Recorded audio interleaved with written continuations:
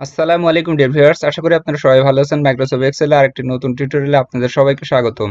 Microsoft Excel এর অত্যন্ত গুরুত্বপূর্ণ formula average, average A, average if এবং এভারেজ ইফ সম্পর্কে আজকের টিউটোরিয়ালে আমরা শিখব। তাহলে কথা না বাড়িয়ে শুরু করা যাক।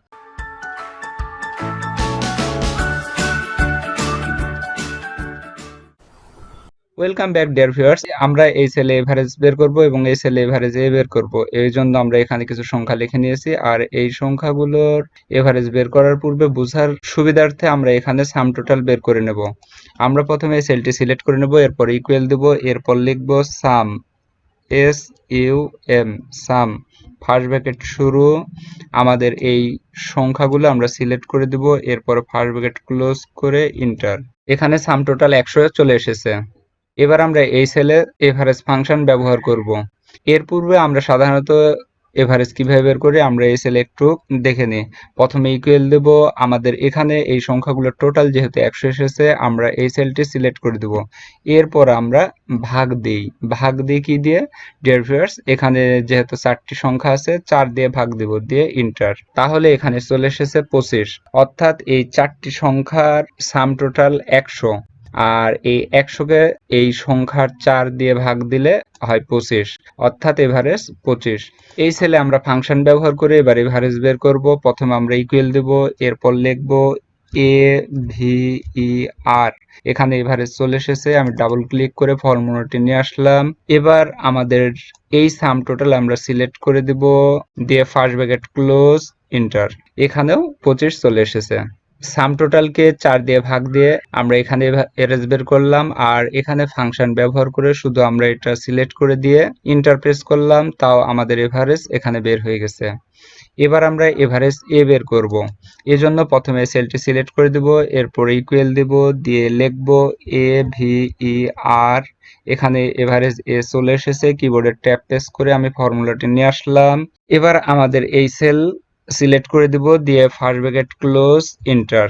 এখানে এভারেজ এ 25 এসেছে। তাহলে এভারেজও 25 এবং এভারেজ এও 25। আমরা এই সেলে ইংরেজি অক্ষর এ দিয়ে দিলাম, ইন্টার। এখানে এভারেজ এ এসেছে 15 এবং এখানে এভারেজ এসেছে 20। আবার এখানে যে আমরা এভারেজ বের করেছিলাম এখানে এসেছে 15। এটা কিভাবে হলো? এবার এখানে লক্ষ্য করুন, এখানে প্রথম সেলে আছে 10, 20, 30। এর সাম টোটাল 60। যেহেতু এখানে 4টি সংখ্যা আছে, 60 4 দিয়ে ভাগ দিলে হয় 15। আর এখানে এভারেজ এসেছে 20। এভারেজ হচ্ছে এমন একটি ফাংশন, এখানে যেহেতু নিউমেরিক সংখ্যা আছে 3টি, এই জন্য এই 3টি সংখ্যার যোগফল 60, তাই একে 3 দিয়ে ভাগ দিয়ে এখানে এভারেজ বের করেছে 20। এভারেজ এ এমন একটি ফাংশন, এখানে প্রথমে আছে 10, 20, 30 এবং এ। যেহেতু এখানে 4টি সংখ্যা, এই জন্য এর টোটালকে 4 দিয়ে ভাগ দিয়ে এখানে 15 বের করেছে। আমরা আবার এটা চেঞ্জ করে এখানে দিলাম বি। এখানে যখন বি দিলাম, এখানে এভারেজ 20 এবং এখানে এভারেজ 10। আমরা আবার লক্ষ্য করি, এখানে সাম টোটাল 40, যেহেতু দুইটি নিউমেরিক সংখ্যা 10 ও 30, যার যোগফল 40 এবং 40-কে 2 দিয়ে ভাগ দিলে এভারেজ হয় 20। আর এখানে এভারেজ এ বলছে এখানে 4টি সংখ্যা আলফাবেটকে 0 দ্বারা কাউন্ট করতেছে, এজন্য এর টোটাল হচ্ছে 40 এবং 4 দিয়ে ভাগ দিলে 10, অর্থাৎ এভারেজ এ 10। এবার আমরা এভারেজ ইফ ফর্মুলার ব্যবহার দেখব। এই জন্য এখানে আমি আরেকটি ডাটা টেবিল তৈরি করে নিয়েছি। এই ডাটা টেবিলে এখানে আছে সিরিয়াল নাম্বার, এখানে আছে নেম, এখানে লোকেশন, এখানে আছে অ্যামাউন্ট। আমরা এই টেবিল অনুসারে এখানে এভারেজ ইফ ফর্মুলা ব্যবহার করব।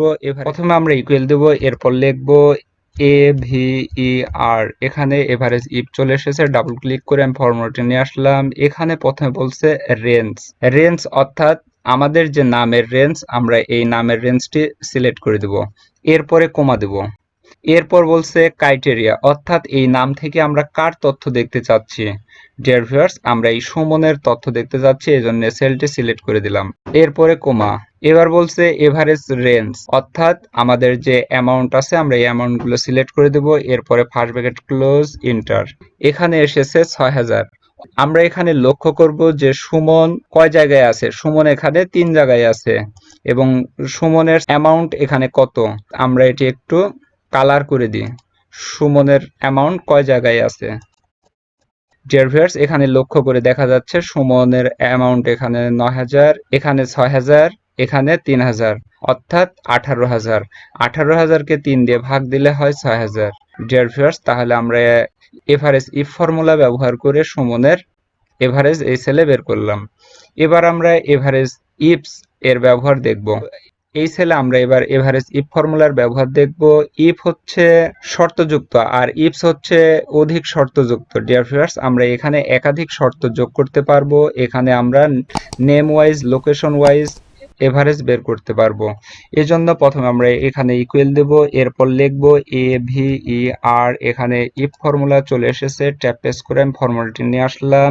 এখানে বলছে এভারেজ রেঞ্জ, অর্থাৎ আমাদের এই নামের যে রেঞ্জ, আমরা যে সংখ্যাগুলোর এভারেজ বের করব সেটি সিলেক্ট করে দেব। এরপরে কোমা, এরপর বলতেছে ক্রাইটেরিয়া রেঞ্জ, অর্থাৎ নামের রেঞ্জ, আমাদের যেই নামের রেঞ্জ আমরা এটা দেব, দিয়ে কমা দেব। এরপর বলছে ক্রাইটেরিয়া, এই নামগুলোর থেকে আমরা কার তথ্য দেখতে যাচ্ছি। ডিয়ার ভিউয়ার্স, তখন আমি সুমন সিলেক্ট করে দিয়েছিলাম। আমরা সুমন না লিখে এখানে ইনভার্টেড কমার মধ্যে যদি সুমন লিখে, সুমন ইনভার্টেড কমা শেষ দিয়ে কমা। আবার বলছে ক্রাইটেরিয়া রেঞ্জ, অর্থাৎ আমরা আবার এই কোয়েশনের সেলগুলো সিলেক্ট করে দেব, এরপরে কমা দেব। এরপর বলছে ক্রাইটেরিয়া, এখান থেকে আমরা কার তথ্য দেখতে যাচ্ছি, আমরা ঢাকার তথ্য দেখতে চাচ্ছি, অর্থাৎ সুমন ঢাকা লোকেশনে তার কত অ্যামাউন্ট আমরা এটা দেখতে চাচ্ছি। এই জন্য এখানে ঢাকা সিলেক্ট করে দিলাম। আমরা ঢাকা সিলেক্ট করে দিতে পারি বা ইনভার্টেড কমা দিয়ে এখানে ঢাকা লিখে দিতে পারি। এরপরে ফার্স্ট ব্র্যাকেট ক্লোজ, ইন্টার। এখানে চলে এসেছে 7,500, অর্থাৎ সুমন ঢাকা লোকেশনে এখানে 9,000। আমরা আবার এটি সিলেক্ট করে দিয়ে এটা আমরা কালার করে দিয়ে সুমন ঢাকা লোকেশনে 6,000। 9,000 ও 6,000 15,000।